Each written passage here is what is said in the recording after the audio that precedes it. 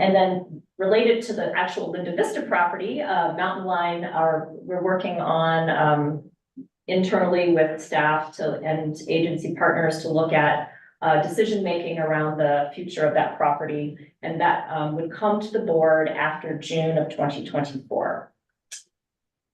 And with that, are there any questions? Thank you for that presentation. And I have a question, if you don't mind. In approximate numbers, how much of the lot would be reduced, the Linda Vista lot, by this modification that we're talking about? It seems like it's a pretty small sliver. Yeah, actually, the orange parcels would get big, get a little bigger. Which is currently part of the yellow parcel, the middle part, that little section, and I'm sorry, I should know the square footage, but it is a little bit bigger than the green parcel. That will be combined with the orange parcel. And that area has always been outlined as a future, available for a future road easement, and it also already has an existing foots easement there that we worked with the city on when we developed Shop 3 back in 2015. So, and to make that Linda Vista parcel have essentially 2 points of access, you'll see Caspar on the edge of the pink parcel. That actually gives that parcel 2 points of access to a public road, the other being Linda Vista up on the upper left-hand corner. So that helps the value of that parcel for future development. It is, that orange parcel is zoned high-density residential. The green parcel is something, as we were doing our preliminary work on the maintenance project, we identified that we needed tree resources in order for us to meet the zoning requirements for our future conditional use permit. So that green parcel, coincidentally, has trees on it. It is vacant. And it doesn't actually provide a lot of, in future development of the orange parcel, it's not going to necessarily help that parcel. We had some internal, some discussions with city planning, very preliminary about, how to work this out with the lot modification. And so we're kind of maximizing what we need for our future resources to develop not only the maintenance, actually the future phase 2, which is the bus storage. We are also taking out more resources with that future project. So we just are looking ahead going, we need to make sure we have all the resources we need to be able to get through zoning for phase 1 and phase 2 of the Caspar project. And then that line that you see kind of goes straight across. We cut it straight across because you can see a little bit of an outline of a turnaround at the end of Linda Vista. That the direction that city planning provided was if a future developer would come in, they minimally would need to have a turnaround. There's not to say there would be a requirement to extend Linda Vista. It's just in order to have a safety fire turnaround, you'd have to have a cul-de-sac there. Cul-de-sac or a turnaround. So we just made sure that that lot is created so that could happen. And of course, any future development, they would work with the city on what the, that process of, whether it's an easement, a driveway, or a Linda Vista extension, that would be part of a different project and working with the city. Did that answer your question? It does, and actually it gives it a lot of context and clarity. So thank you. It all makes perfectly good sense to me. Are there any other questions or comments in the room or online about this? A very good project, by the way.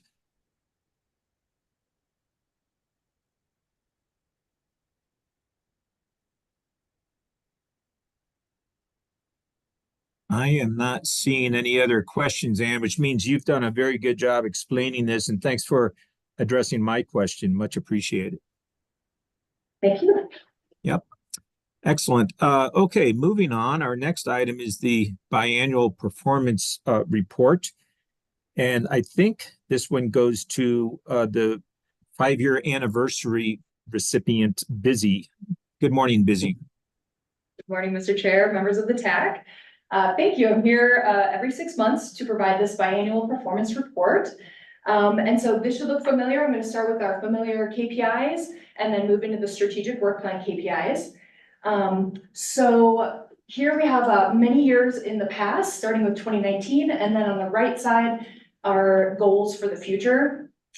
And then focusing today on FY24 Q1 and Q2, so basically July through December of last year, we're looking at actual performance. So we're focusing on that today, but I want to provide comparison to previous years.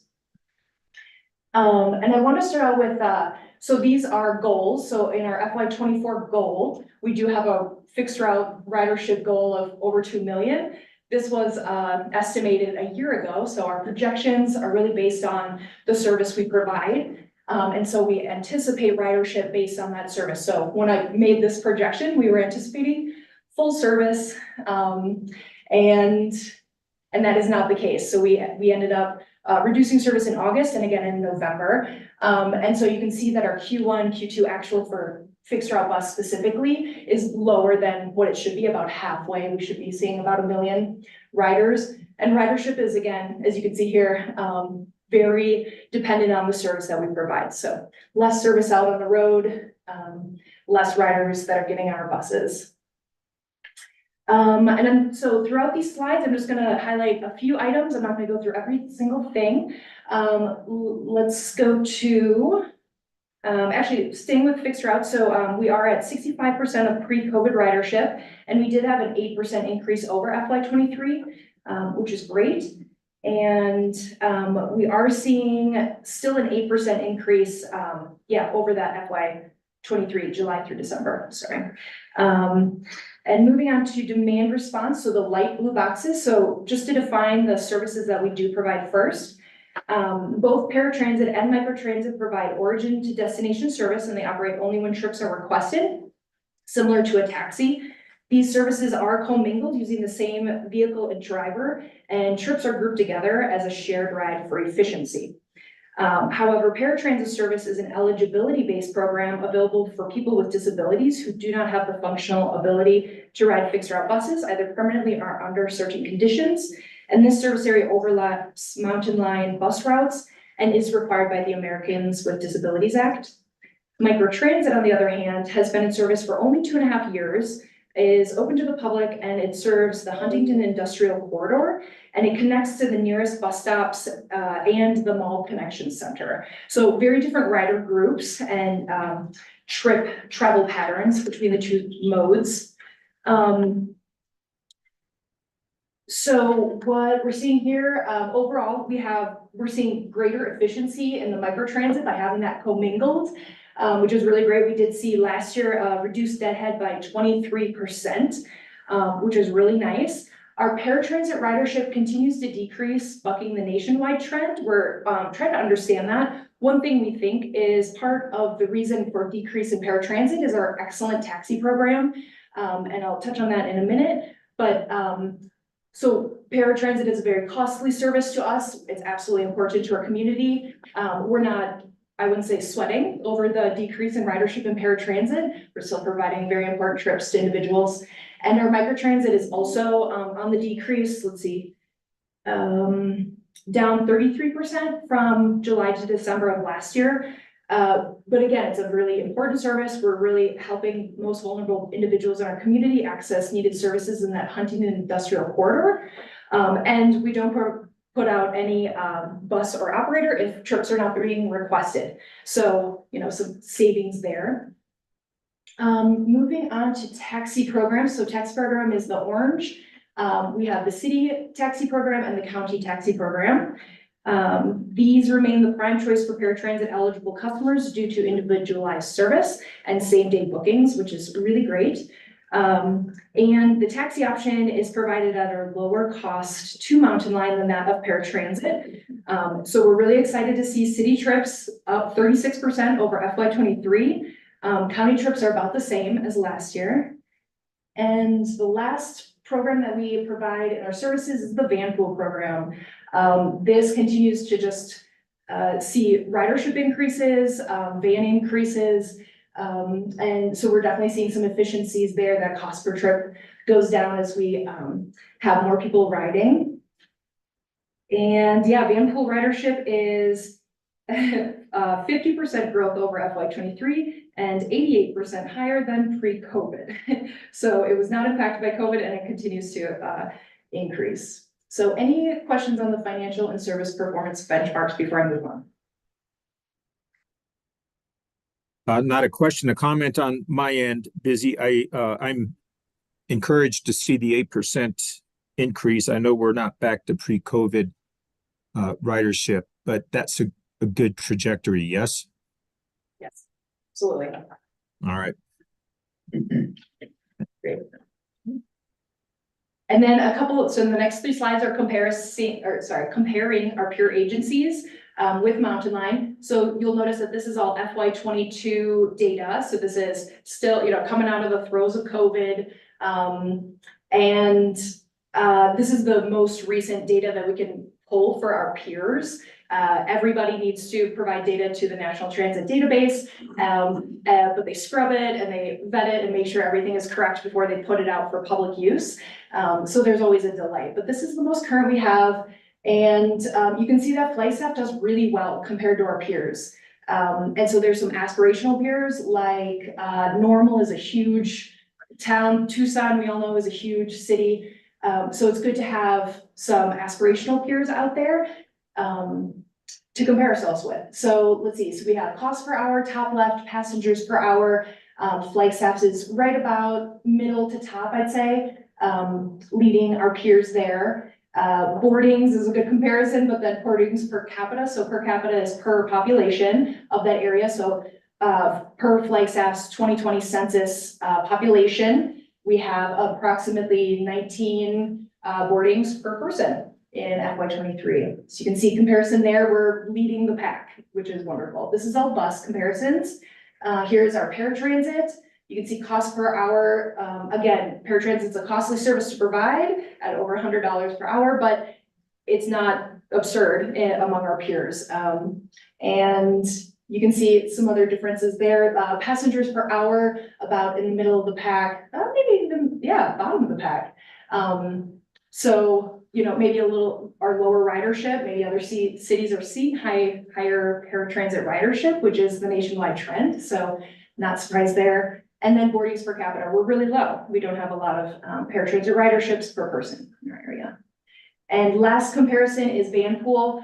Of those 6 peer agencies, only one is operating was operating van pool in '22. And that was Tucson. So you have some comparisons here. But again, we're not drastically different except for boardings per capita. We're doing great there. So any questions on peer agencies? I have more slides after this on KPIs. Yeah, I have a Yes. quick question, Mr. Chair. Thank you, Busy. Can you go back a slide? Do you know if our peer agencies are running taxi programs? You thought that might be a reason for our paratransit numbers coming down? That's a good question. I don't know off the top of my head, but I know that our peer agency document has that. So I'll look at that and get back to you on that, but that would be good to include in the presentation. Great, thank you. Oh, thank you. Yeah, very good question. Thanks. Great. Excellent. So now moving on to the strategic plan scorecard and KPIs. So this was developed about a year ago. So here's our scorecard. I have more KPIs behind this, but this is a snapshot. So we have our 6 strategic plan goals on the left. The key performance indicator under the yellow column, and there are more KPIs than listed here that I'll show you in a minute, but this is really focused on our scorecard. You can see our FY '23 actual, our goal, and then where we're at this year is far right. So we're doing great with our on-time performance. Our emissions is really important, and I do have some more information on that going through. Employee engagement score, we are lower, but I'll talk about that in a later slide. Actually, let me go through each of these since this is our scorecard and you can see on-time performance. So anything that's on the scorecard is bolded as we go through the slides. So yeah, again, our on-time performance between our 3 services that we oversee and track on-time performance for averages out to 95. So we are meeting our goal. Fleet and facility performance, preventative maintenance is doing great. This is a combination between the fleet and facility PMs. 99% for July to December again.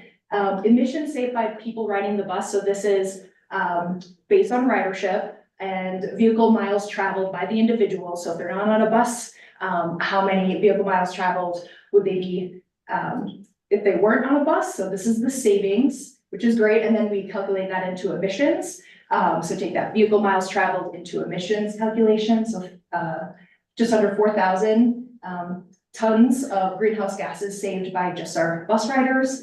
And then from our vehicles. So you can see a decrease over the years. We are using some industry standard calculations. Again, these are emissions are calculations. It is definitely not something that, you know, we have a tube, attached to something that is calculating carbon dioxide emissions. This is estimation. So I will put that out there, but it is based on industry standard calculations. So I feel pretty confident about that. And I'll go into more on emissions in the electric bus presentation after this, but moving on to a couple other goals. So we do have, so the employee engagement score, we did conduct an employee survey this year, middle of this year, December, November, December, I believe. So the 89% from last year, that the question formatting got changed between 23 and 24 surveys, and the 89% does not take into account the neither agree nor disagree was the option that was changed for the 24 survey. So I apologize, it's not exactly apples to apples, but I think we have a better survey tool and feel more confident in this 77%. So the 89% is a little, it's not apples to apples, but if we were to include, I have that in here. Yes, okay, so if we would have included the neither agree nor disagree in 23, that 89% would have been 73%. So hopefully that gives you a little bit more, we're doing better, I'd say, and our survey questions are more clear. So hopefully that wasn't more confusing. Just wanted to make a note of why that decrease is a little off. And then the other scorecard item is the preventable accidents. We are over our goal for this year of 40%. We're already at 64% of preventable accidents among the 42. And this, when we say accident here, we are defining accident as when a vehicle makes contact with anything. So, yeah, hopefully you're not seeing horrendous crashes in your mind when you see 42. So safety award, this is exciting. So the percentage of staff recognized with safety award has increased dramatically. Kudos to Sam and his team for introducing more safety awards. So in 23, we were only using one program. It was the 100 Club, which is a recognition program for staff that receive 100% rating on their behind the wheel evaluation. This evaluation is performed randomly several times a year, often uses video surveillance. So their drivers are unaware their actions are being observed. And then operators can receive a bonus of $250 for this, for having 100% on this survey tool. And they can receive it twice a year. So we had this 100 Club program, and then we had a second safety award program that was introduced this, in FY24, the accident free bonus. So this is also a cash bonus, can be earned twice a year. And so for the 100 Club, we did have 28 operators. And for the accident-free bonus, we had 30 operators. So combined, there was some overlap with people. So overall, it was 40 operators awarded a safety award out of 54 possible staff, which I think is wonderful. And yeah, definitely focusing on that positive reinforcement in our organization. I think this is a wonderful addition, and we're really seeing this in the data. So I'm excited about that. And hopefully we'll see that in preventable accidents. See that preventable accidents percentage going down, hopefully 40% or lower with all of this proactive measures. Hey, Busy, a quick question if you can scroll, but yeah, I don't know if you touched on the employee injuries, but it sure is catching my attention here because it's rather remarkable, just like the safety awards, going from 8 injuries to 1, and then the hours between the injuries. That looks very remarkable. Yeah. Yes, absolutely. Kudos, Sam, your team. Yeah, Yeah. thank you for. Perfect. Thank you. You. Hey, Busy, I have to build on. So it seems like everything's pretty mild, which is great, but the preventable accidents, if I remember the FY23, some of that higher level was attributed to the snow. What is there any theories this year so far of why it's gone up even more? With Yeah, I have to look to Sam for this. Any theories on why preventable accidents might be going up this year? In FY23, we definitely had the snow. I know a lot of the accidents were snow. Just the weather and construction zones a lot. We have heavy accidents. Again, these are all minor things like mirror taps and things of that nature. But every time we have construction, especially when it's near our connection center, the accident numbers go up. that makes sense, yeah, the DCC stuff. Yes. Great, you for that thanks. Taking a note, great question. Okay.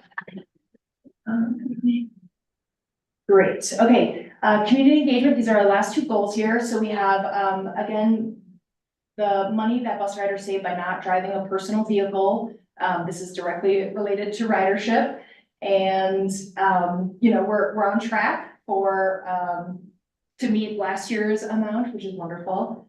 And then some of our funding. So even though our, local dollars funding operations isn't, at our goal of 66%, we're still in a very healthy, realm, I'd say, for funding financial resiliency in that item.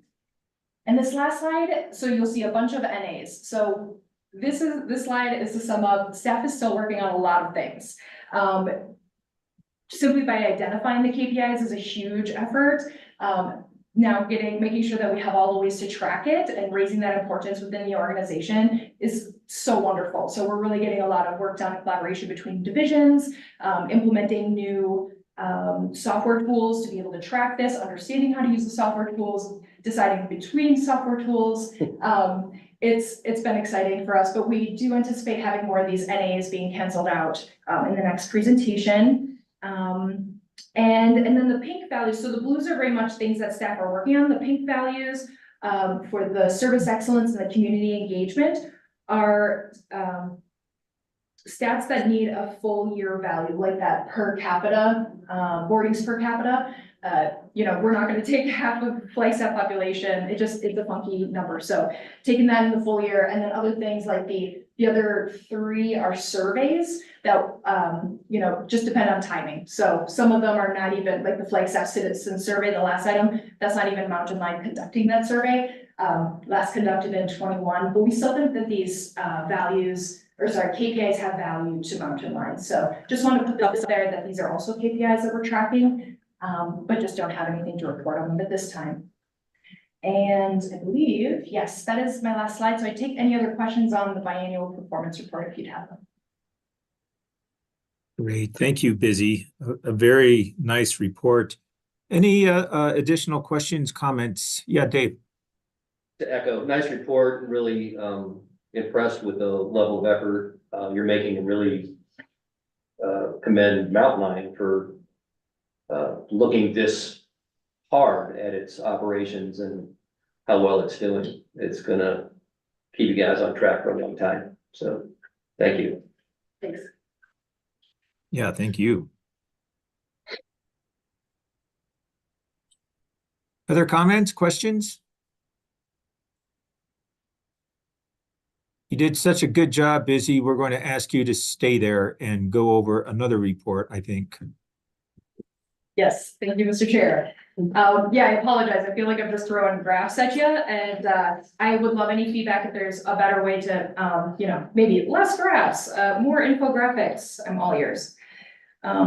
So electric buses, shifting gears, we're really focused today on performance of our 2 electric buses currently in service. So here's our status slide. We have these two buses. In the following slides, I'll refer to them as Gillig or New Flyer. These are our two electric buses, and we do have the remaining of our fleet are hybrids, so 28 hybrids between these two same manufacturers, so please note that. And we do have one charger in service. It's a 50 kilowatt Heliox mobile charger that's here at Caspar headquarters. We put our two buses in service last year, April and September. And another thing to note is this battery capacity. So you can see that the Gillig has a larger battery capacity, 440 kilowatt hours than the New Flyer. I'd just like to remind everybody that this is a pilot. We're really looking, staff was really excited about trying different manufacturers, trying different battery sizes. Let's look at chargers, what works for us. So it's not only a comparison between electric buses and hybrid buses, it's electric buses versus electric buses. So just really trying to understand what we're seeing on the road is a big part of this effort.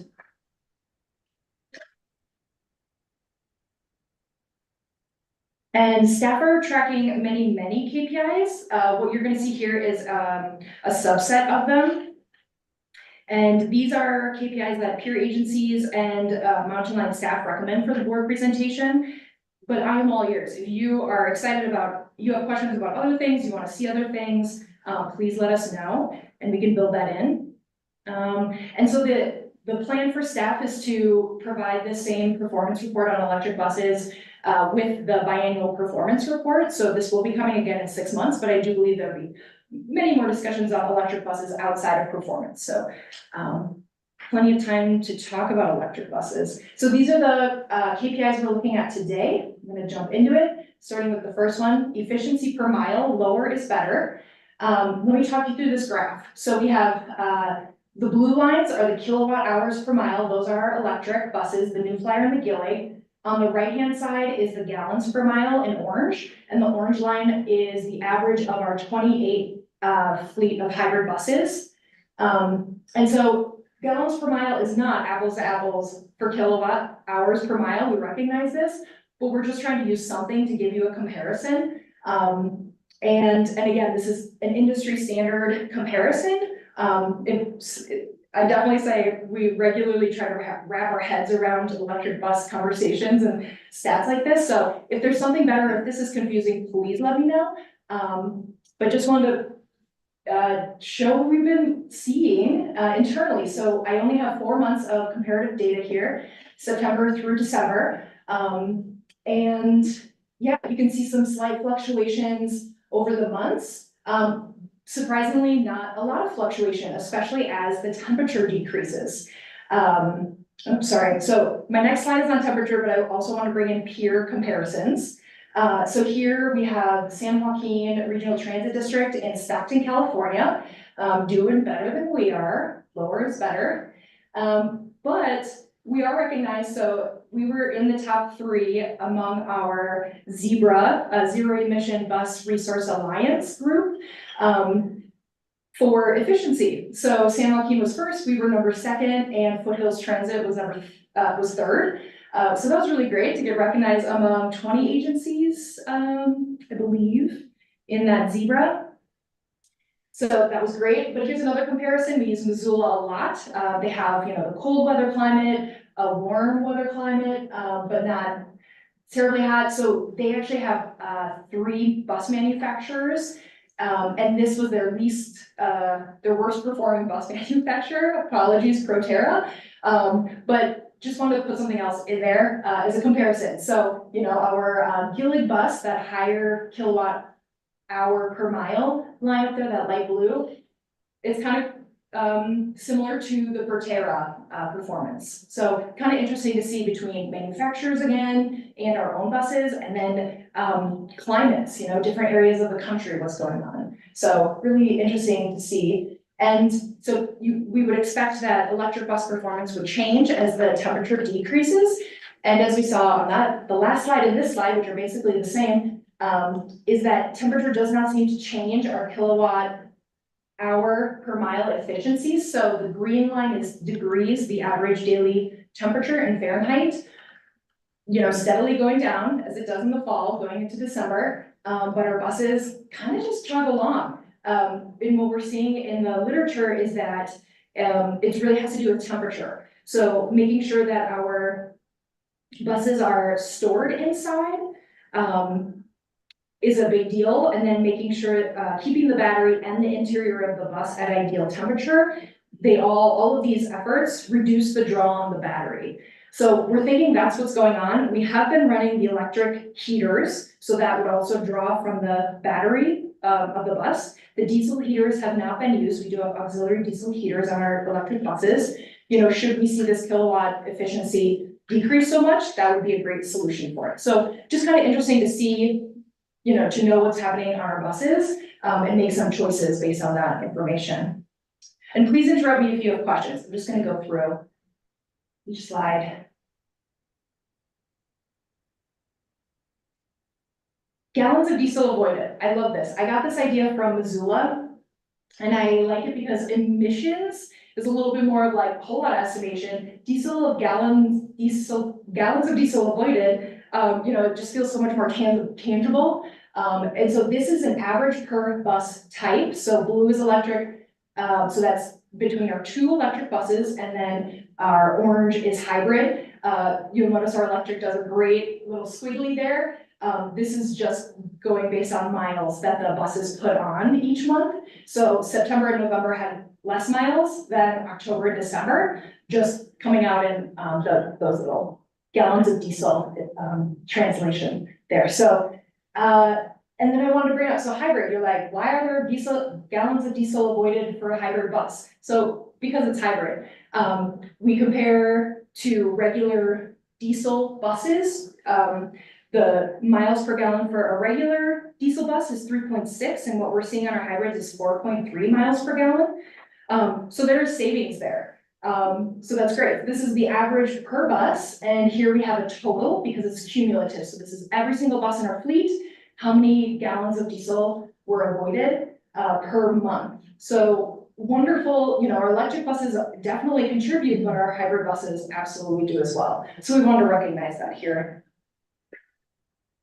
And then similarly, carbon dioxide emissions saved. This is the average per bus. So same little squiggly line on our electric buses, and hybrid kind of changes a little bit there. I think it's more the scale. Yeah, so we got gallons. I think the scale is just so much finer. So expanding more of the hybrid, we did have a hybrid fluctuation. You just can't see it as much. We're zoomed in there. So carbon, yeah, again, average per bus type. You know, electric, not surprising that we have more carbon dioxide emissions saved, but hybrid is also helping us out there. And here's cumulative, that same glance. And to put this in context, this is the equivalent of removing, it's 40 cars total, but per month is calculated here. So pretty great, you know, we have, yeah, some good, hopefully that just makes more sense to you. I don't, you know, carbon dioxide, 40 tons of carbon dioxide, what does that really mean? It means 9 cars off the road, so. This is my last KPI, energy cost per mile, and this is, okay, energy cost per mile. So for electric buses, it's our electricity that feels pretty straightforward. For our hybrid buses, the orange line, that is gasoline. So just whatever energy source the bus is using to propel itself. And yeah, it shouldn't be surprising our gas prices have calmed a little bit, but I think September was still on the outs of that and continued to fall over the year, the rest of the year. And between the New Flyer and the Gillig, kind of, you know, some squiggly lines. The New Flyer, the dark blue line that goes up a lot more, so the cost per mile just gets inflated quite a bit if you don't have as many miles. October, we were waiting on a part for our New Flyer, so there were fewer miles, so it just seems to inflate that cost per mile. So Hey, Busy, can you, sorry to interrupt, could you, I think either this or the previous slide, I just want to give Carlton a chance to maybe re-ask his question, because it seems like the chart you just showed might be a little bit relevant to Carlton's question. perhaps. Carlton? Oh yeah. Yeah, thanks. Yeah, this is kind of exactly, this is it. Speaks in the chart. So it's good to see. Thanks for all these charts. I like to nerd out with all this stuff. Yeah, very Thank helpful. you. Thank you. Yep. Thank you, Busy. Yes, thanks for pointing that out. I remembered it and then I forgot it. Thank you so much. No problem. Okay, and then just peer comparison. So, Mountain Line in Missoula, I love that they have the same name as us. They're seeing about 53 cents per mile, and they have a completely different electricity provider and, you know, colder winters and, auxiliary heaters and whatever. So kind of interesting to see very different, areas and number of buses and whatever, but kind of similar costs per mile for our peer agency. And that is the only one I have right now. I apologize. Our 20 Zebra folks do not share their costs. So that's too bad, but Missoula was nice enough to. So my last slide is just next steps. So we are looking at a bus procurement this summer. Part of the evaluation I just showed you is part of that determination. However, we're still so early. You know, our first bus hasn't even been in for a year yet. I hope we have a year anniversary party for it. But we're still learning. We're learning so much. So, you know, decisions have not been made. And we do recognize that our en-route charging strategy to support these electric buses, that is not happening for some time. You know, we have delays for that. The long-term charging strategy is for the DCC. You know, every time a bus comes through at its layover, it's getting charged, and that is not in place. And we're having a very challenging time keeping these buses in service as much as we need to and want to, because we don't have the en-route charging. So we recognize that is very challenging to support electric buses in our fleet. But staff will be back to the board to make a recommendation prior to procurement. So with that, I accept any other questions or comments. Thank you, Busy. Any other questions or comments on this?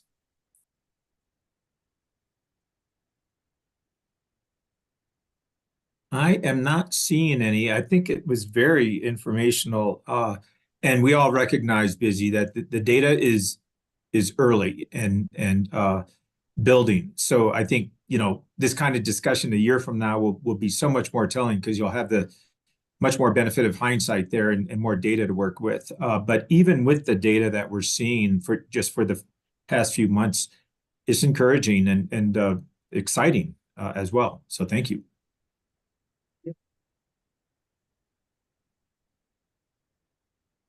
Great. We are on to progress reports. Jackie, is this going back to you?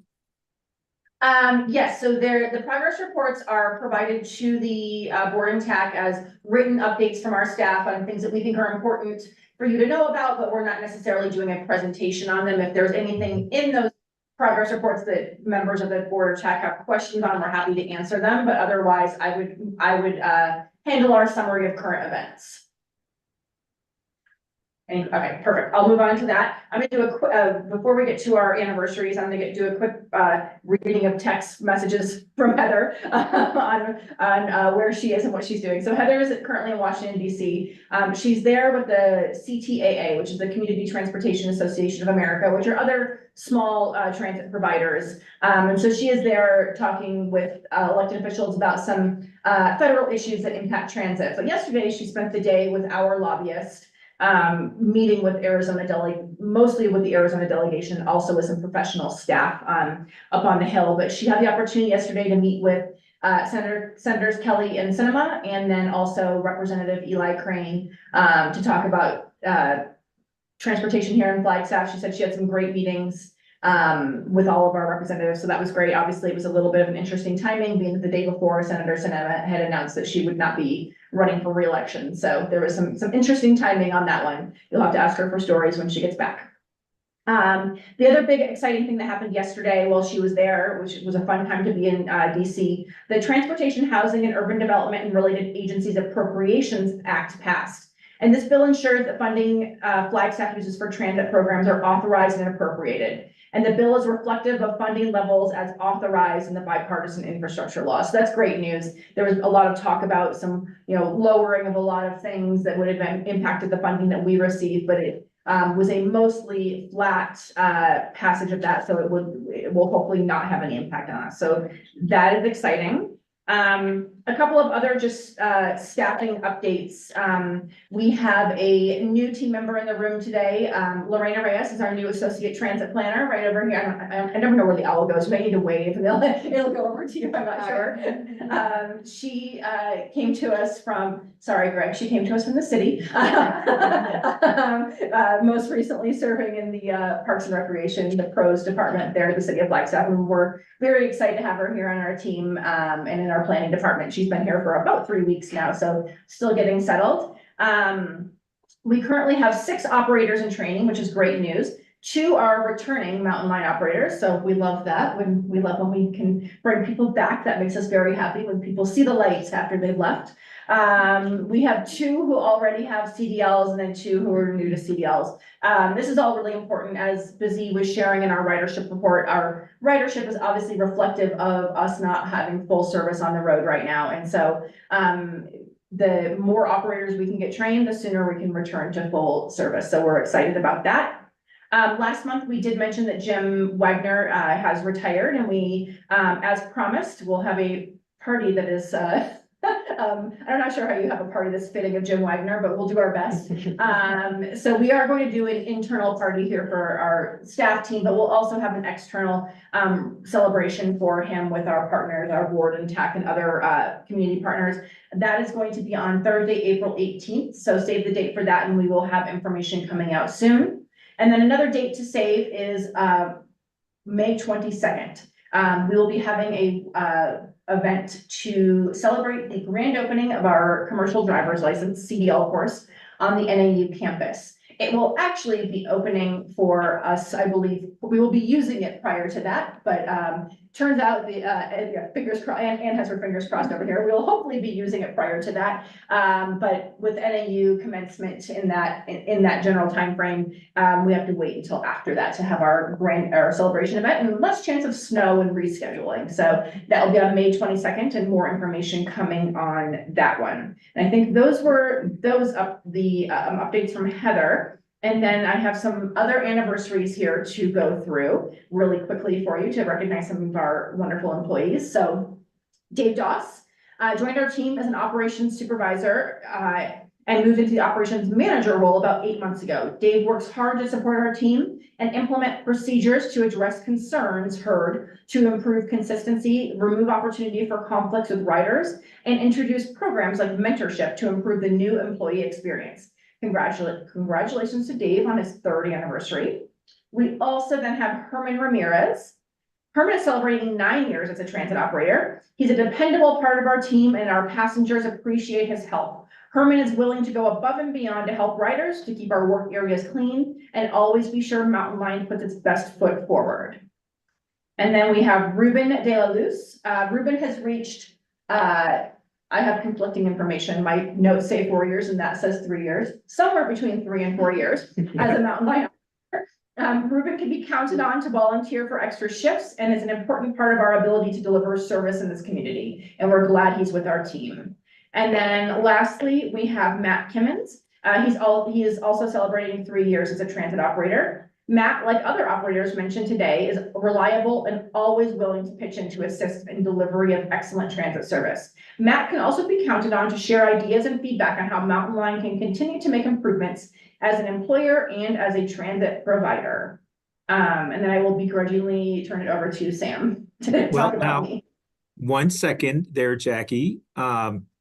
Let's park it here for just a second, because I think there is a 5th anniversary to mention. I'm turning it over to Sam to begrudgingly turning it over to Sam to do that. All right, in Heather's absence, she prepared a statement and asked me to read it just so you will get some of the context of the statement. So Jackie is celebrating 12 years. She started out as our first in-house marketing manager and moved into her new role as deputy general manager a year ago. Jackie is dedicated to promoting Mountain Line and is responsible for all our social media content. Jackie has played a significant part in all of our transit legislation, regulation, and funding at the state and federal levels. Jackie is my right hand and sometimes my left toe. And my letters and speeches.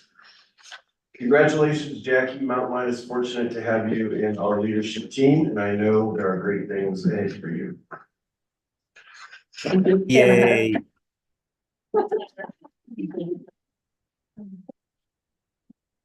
And that's all. Yeah, that was a nice statement. Thank you. And I know, Jackie, you're probably feeling like you're being put on the spot here, but I want to congratulate Herman, Dave, Matthew, and Ruben, and Jackie, you, notably you for 12 years. That's a really good tenure, and we're so pleased that you're with the organization and you've done all that you do. And I mean, today is a good illustration of that. You're handling things in Heather's absence as she's off in Washington doing her stuff. So we're honored and we're quite fortunate to have you. Happy anniversary. Yeah. Go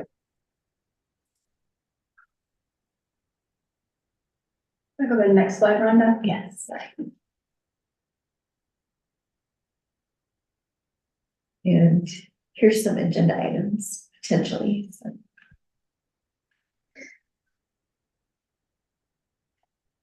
As we're looking at this list of potential agenda items, any comments, input, questions, or is this a time to request additional stuff as well?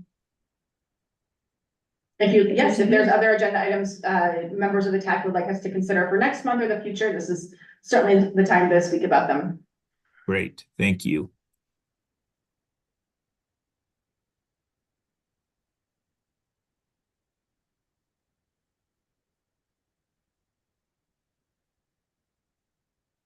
Not seeing any hands raised, and please feel free to just interrupt at will if you want to do so verbally. But if there are no comments, I think we can move on. I know we're nearing closure here. There you go, right on cue. This is where we're going to adjourn. I want to thank you all for your contributions and being attendant here today. And with that, we will call it a wrap and adjourn this meeting and look forward to